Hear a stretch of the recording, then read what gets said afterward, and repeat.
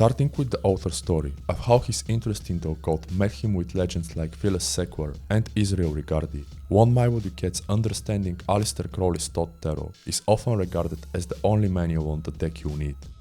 Going beyond the subject of the tarot, the book discusses fundamental to Western magic devices, such as some of Crowley's modifications. Mostly omitted in the Book of Thot, the deck's official manual, these are essential to be familiar with for grasping the dynamics of the tarot. And in my humble opinion, they are one of the things making Duquette's work shine and be preferred by many. Another couple is the excerpts from Crowley and Harris's communication, such as Duquette's comments and clarification on meanings and correspondences. Before getting into this, consider subscribing to my channel and newsletter if you find the content valuable and entertaining. Also, check my books such as my Gumroad and Etsy pages, as they may contain helpful products. A Magickal Book. Understanding Aleister Crowley's Thoth tarot immediately opens the reader to the fact that the tarot isn't an isolated system. Instead, it operates as an essential part of the Western mysteries, so making sense of its ordering and hierarchy requires awareness of the principles it expresses and relates to. Natural progression. Mirroring the tarot and the numbers mathematical/natural progression as Crowley defines it, Duquette's work starts with Chapter 0. The same shares that after having anxiety regarding anything Crowley associated, the author eventually bought everything he had access to. Organizations.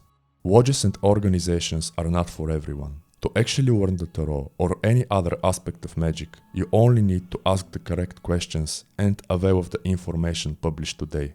And based on that, I'd say that dedication and passion for research are required. Joining organizations isn't. Page 7.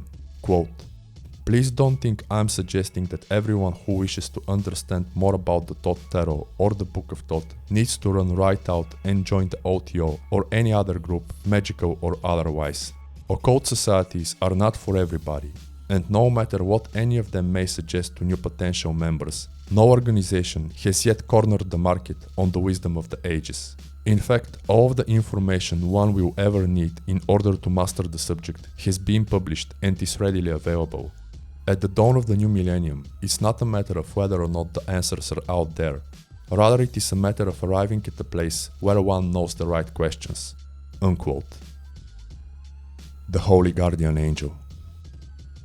Including excerpts from Crowley and his own angels, demons, and gods of the new millennium, Duquette ensures the novice there is nothing to be afraid of regarding the AGA. Moreover, uniting with it is part of your birthright. Page 72. Quote, "It is directly related to the spiritual evolution of each and every one of us, no matter what religion or philosophy. It also has everything to do with the structure and behavior of the tarot." Unquote. A Map of the Soul. Using the Sleeping Princess fairy tale, as in his other books and lectures, Duquette explains how achieving unity with the angel translates into the tarot and the four Kabbalistic worlds. He further clarifies that besides cosmological abstractions, the cards and the diagram apply most importantly to the human being, and as we often hear, it is a map of the soul and the cosmos. Sex magic. Delving deeper into the concept of the AGA, understanding Aleister Crowley's Thoth tarot teaches that all magic is sexual, and as found in the author's The Magick of Thelema, now renamed The Magick of Aleister Crowley, the Roman Catholic Mass is just as sexual as the Great Rite of the Wiccans. Duquette notes that the mainstream perception of sex magic is deeply flawed, and to bring clarity, he employs Donald Michael Craig's definition. Quote, "A variety of techniques which harness the energies raised during sexual activity and direct them to fulfill the desires of the people practicing sex magic."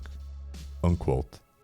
While more on that can be learned from Craig's modern sex magic, such as his best-selling Modern Magic, particularly Lesson 10, knowledge and conversation is described as exquisitely sexual. In the timeless moment of orgasmic ecstasy, the author explains, there is no longer a difference or separation between you and everything else in the universe, and that includes the object of your desire, your AGA. Page 77. Quote, "Human sexuality is only one very narrow expression of this sexual alchemy. The formula is truly universal and its mechanics are at work at all levels of existence. It is the magic that turns energy into matter, sunlight into gold, and you and me into God." Unquote. The Rose Cross. The Rose Cross was the main reason Duquette got fascinated with the Thoth tarot. Once he saw it for the first time, the author almost immediately associated the Rose Cross's covers with the 4 suits of the tarot. And while discussing that with a fellow initiate at the watch, he was heard by a senior member who eventually brought him to his car trunk, where he showed him a Rose Cross amulet, entirely made of gold. Apparently, this impacted the author quite a bit, as he also fervently shared the story in his lecture on the Thoth tarot, which almost instantly got me into the deck. The Tree of Life.